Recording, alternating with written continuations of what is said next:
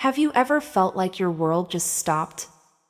That's how I felt when I saw his phone. It was supposed to be a quiet night. Just the two of us at home, relaxing after a long week. The smell of freshly made popcorn filled the living room as we scrolled through movie options on the TV. He sat beside me on the couch, looking content, his arm casually resting on the back of my seat. "I'll take a quick shower before the movie starts," he said, giving me a quick kiss on the forehead before standing up. "Okay, I'll pick something for us to watch," I replied with a smile. As he walked out, I grabbed the remote and started browsing the options. Then, I noticed his phone lying on the coffee table. Normally, I wouldn't think twice about it. But tonight, something was different. His phone lit up with a soft ping. A notification appeared briefly on the screen. My eyes caught it before I could stop myself. "Jessica Redheart, can't wait to see you again. When are you free?" I froze. My heart skipped a beat, and then it started racing. Who was Jessica? And why was she sending him a heart emoji? I tried to focus on the TV, but it was impossible. The words from the message were stuck in my mind, playing over and over like a broken record. He had never mentioned anyone named Jessica before. I knew most of his friends, his coworkers, even his family members. The name didn't ring any bells. My eyes kept drifting back to the phone, lying there so innocently on the table. I felt a knot forming in my stomach, a mixture of curiosity and fear. Just leave it, I told myself. It's probably nothing. You trust him, right? But the more I tried to ignore it, the stronger the curiosity grew. My hands started sweating, and my mind raced with possibilities. Was it a misunderstanding? A joke? Or something worse? I glanced toward the bathroom. I could hear the water running. He was singing softly, his voice muffled by the sound of the shower. The phone was still there. It seemed to be calling out to me, demanding my attention. Before I realized what I was doing, I reached out and picked it up. My fingers trembled slightly as I unlocked the screen. He had given me his password months ago, saying, "I trust you with everything." Now, I felt like I was breaking that trust, but I couldn't stop myself. The message was still there, right at the top of his notifications. "Jessica Redheart, can't wait to see you again. When are you free?" I clicked on it. My heart was pounding so loudly that I could barely hear anything else. As the chat opened, I felt a wave of dread wash over me. The messages were short but full of warmth. "Last night was amazing," one message read. "Same here. You always make me smile," came the reply. I scrolled up, reading each line carefully, hoping to find something that would make it all make sense. But the more I read, the worse it got. There was no explanation, no sign that this was just a misunderstanding. My hands were shaking now. I put the phone down quickly, as if it had burned me. I stared at it, feeling a mix of emotions that I couldn't even name. Anger, sadness, confusion, all of them swirled together, making it hard to breathe. The sound of the water stopped. I could hear him moving around in the bathroom, humming a tune as he dried off. I had only seconds to decide what to do. Should I confront him right away? Pretend I hadn't seen anything? Or wait and try to figure out more before saying anything? I picked up the remote again, my hands still trembling, and tried to focus on the TV screen. But no matter what I did, I couldn't stop thinking about Jessica. Who was she? And why was she sending those messages to the man I thought I knew so well? As he walked back into the room, smiling and carefree, I forced myself to act normal. But deep down, I knew that something had changed. My quiet, peaceful night had turned into something else entirely. And I didn't know if things would ever be the same again. Who is Jessica? And why did she send him a heart emoji? The question kept echoing in my mind as I sat there, trying to act normal. He was back on the couch now, sitting close to me with that same warm smile he always had. But for the first time, it didn't feel comforting. It felt suspicious. I nodded along as he talked about his day, but I barely heard him. My thoughts were racing, spinning out of control. Jessica.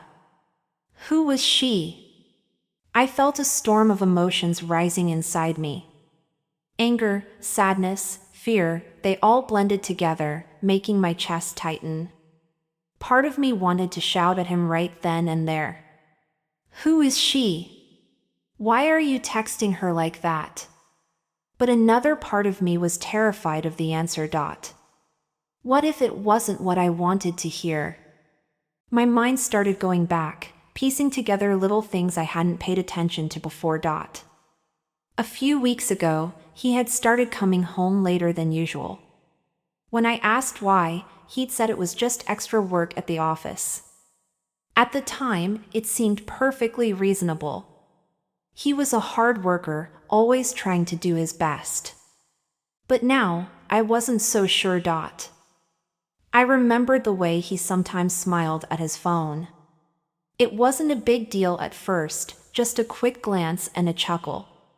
When I asked what was funny, he would say, "Oh, nothing. Just a meme someone sent me." I had believed him. Why wouldn't I? Then there were the moments he would step out of the room to take a call. Again, it didn't seem strange back then. Sometimes work called at odd hours, and I never questioned it. But now, those moments felt different. Was it work? Or was it Jessica? I tried to shake the thoughts away. Maybe I was overreacting. Maybe there was a perfectly innocent explanation for everything.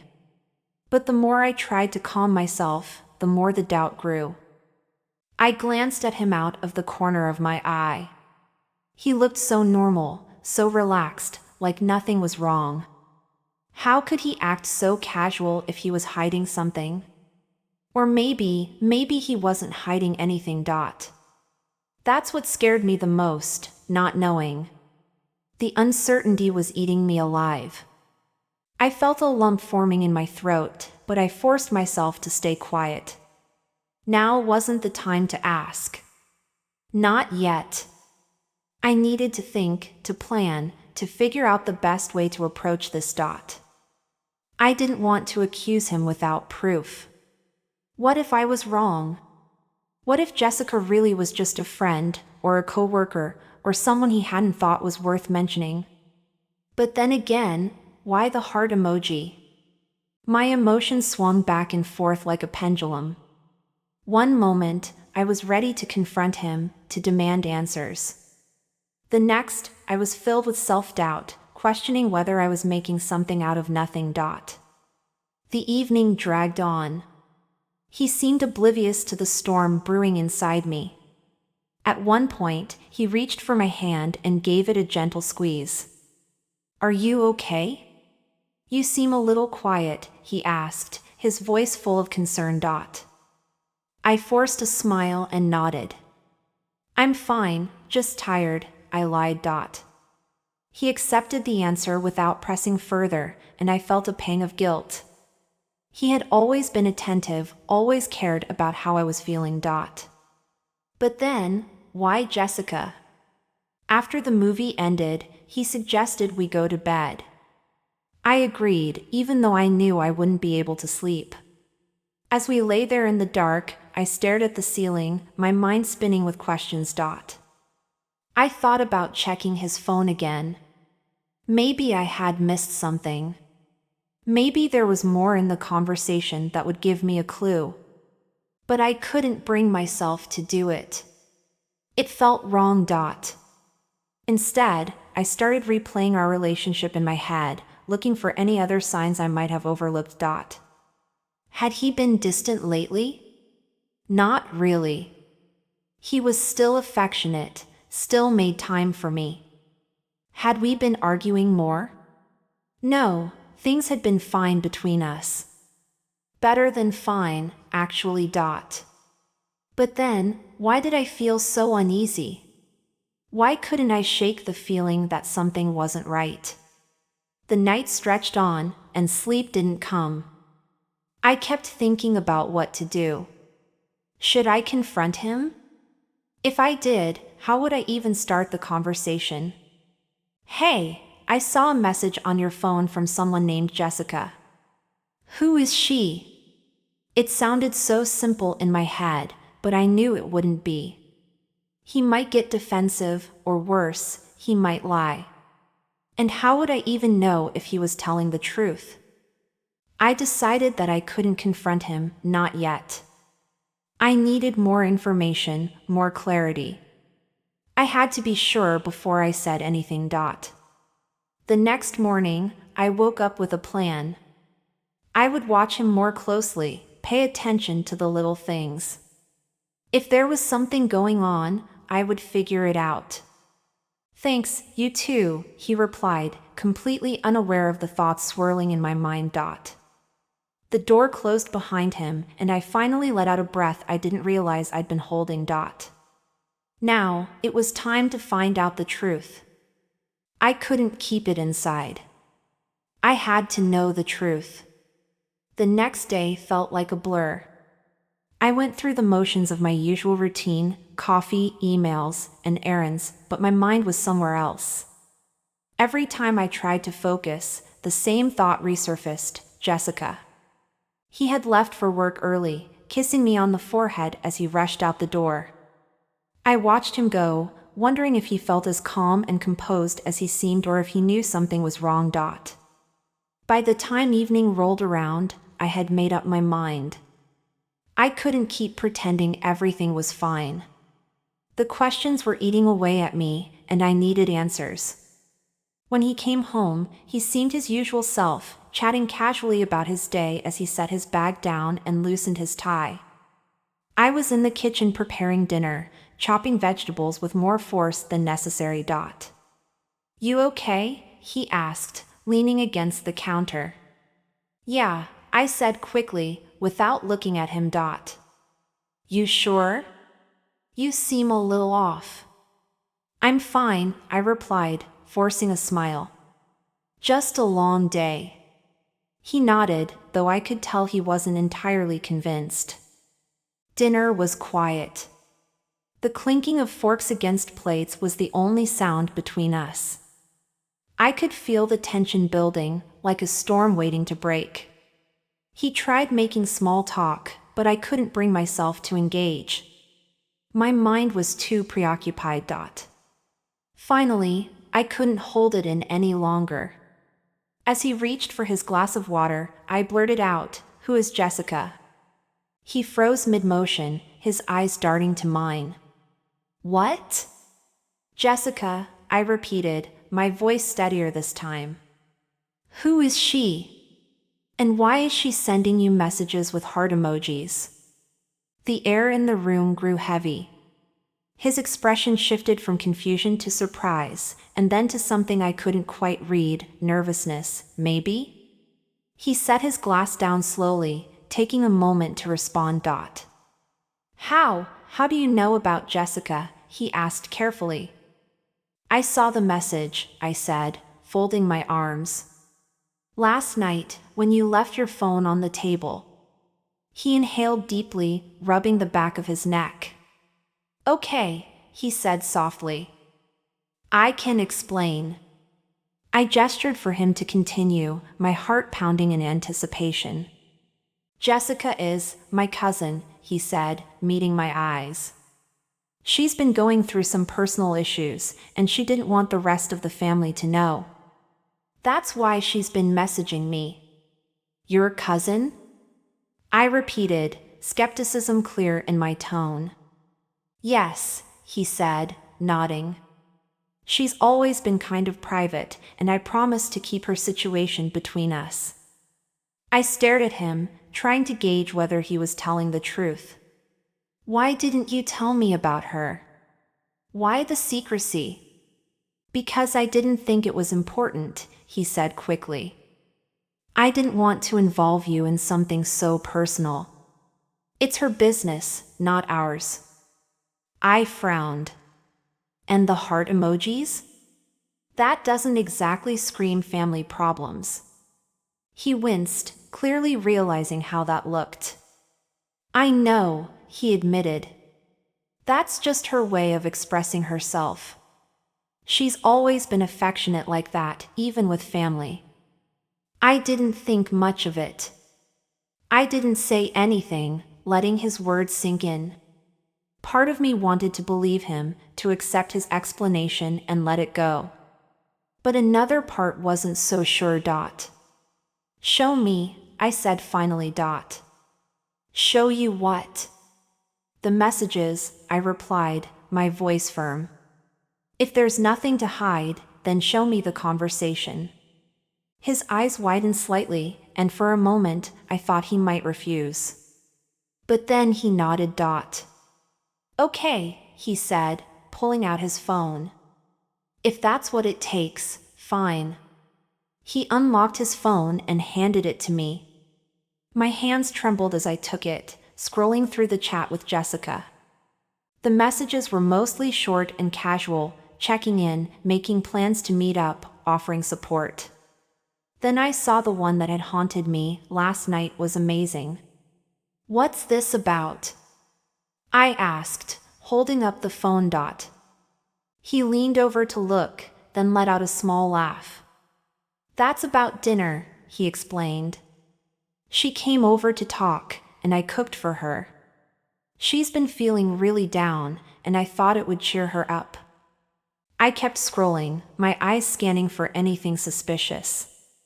The more I read, the more his explanations seemed to line up. There was nothing romantic, no hidden confessions, just concern and support between two people who seemed close. Still, the doubt lingered. "Why didn't you tell me she came over?" I asked, looking up at him. "Because I didn't think it was a big deal," he said earnestly. "I didn't want you to worry or feel uncomfortable. I see now that I should have been more open with you. I'm sorry." His voice sounded genuine, and his expression was full of regret. I handed the phone back to him, my emotions swirling. I wanted to believe him, and the evidence seemed to support his story. But the fact that I had doubted him in the first place made me realize something deeper. Trust between us wasn't as strong as I thought. "I need some time," I said finally, pushing my chair back and standing up. "I understand," he replied softly. "Take all the time you need. Just, please know that I love you, and I never wanted to hurt you." His words hung in the air as I walked out of the room. I needed space to process everything, to decide what I truly believed. That night, as I lay in bed staring at the ceiling, I realized this wasn't just about Jessica. It was about us, about the trust we had built and the cracks that had started to form. If we were going to move forward, we would have to rebuild that trust, together. The next morning, I woke up feeling heavy. The weight of everything that had happened the night before lingered in the air. My mind was clearer than it had been in days, but the ache in my chest remained. He was already in the kitchen, making coffee, as I stepped into the room. The smell of freshly brewed coffee filled the air, but it did little to calm my nerves. "Good morning," he said cautiously, glancing at me. His voice was soft, unsure. "Morning," I replied, sitting down at the table. For a moment, there was silence. The only sound was the faint hum of the coffee machine. I could feel him looking at me, waiting for me to say something, but I wasn't sure where to start. After what felt like forever, I finally spoke. "I've been thinking," I began, my voice steady but quiet. "About everything you said last night." He nodded, pulling out a chair to sit across from me. And? I want to believe you, I said, meeting his eyes. And I do, for the most part. But this whole situation made me realize something. What's that? He asked, leaning forward slightly. That we need to communicate better, I said firmly. If something is bothering me, I need to tell you. And if you're keeping something from me, whether it's about your cousin or anyone else, you need to tell me too. No more secrets, no matter how small they seem. He looked down at his hands, nodding slowly. You're right. I didn't mean to hide anything from you, but I see now how it came across. I never want you to feel like you can't trust me. I studied his face, searching for any sign of insincerity, but all I saw was honesty. I should have come to you sooner, I admitted, my voice softening. Instead of letting it build up in my mind. I get why you didn't, he said gently. I should have been more upfront with you about Jessica. I see that now. It's just. I didn't want to stress you out over something I thought I could handle on my own. I nodded, understanding his reasoning even if I didn't agree with it. So, what do we do now? I asked, the question hanging in the air between us. He reached across the table, taking my hand in his. We rebuild, he said simply. We start fresh. No more hiding things, no matter how small. And if you ever feel like something's off, I want you to tell me. Right away. I squeezed his hand, a small smile forming on my lips for the first time in what felt like days. Okay. But you have to promise me the same thing. If something's bothering you, or if you're dealing with something you think I don't need to know about, tell me anyway. Deal, he said, his smile matching mine.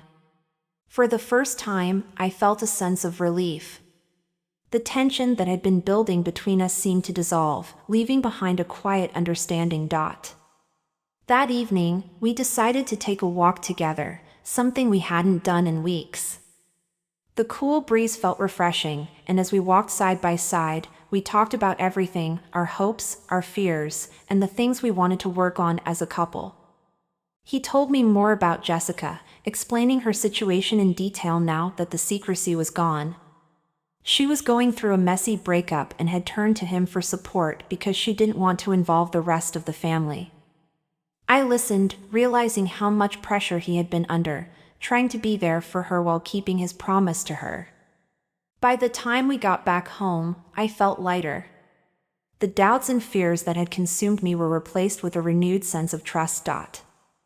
That night, as we sat on the couch together, he looked at me and said, "Thank you for trusting me. I know I made mistakes, but I promise I'll do better." I smiled, leaning into him. "And I promise I'll work on being more open with you. No more overthinking, no more assumptions. We're in this together." As we sat there, wrapped in each other's arms, I realized that every relationship has its challenges. Trust can be shaken, doubts can creep in, and mistakes can be made. But what matters most is how you choose to move forward, together, with honesty and understanding. We weren't perfect, and we never would be. But that was okay. Because in that moment, I knew we were stronger than ever. Comprehension quiz. Question 1. What did the protagonist find on the phone? A. A photo. B. A message from Jessica. C. A call from his mom. Correct answer B. Question 2. What was Jessica's relationship to him? A. A friend. B. His cousin. C. A coworker. Correct answer B. Comment question. Have you ever had a misunderstanding like this? How did you solve it? Share your story.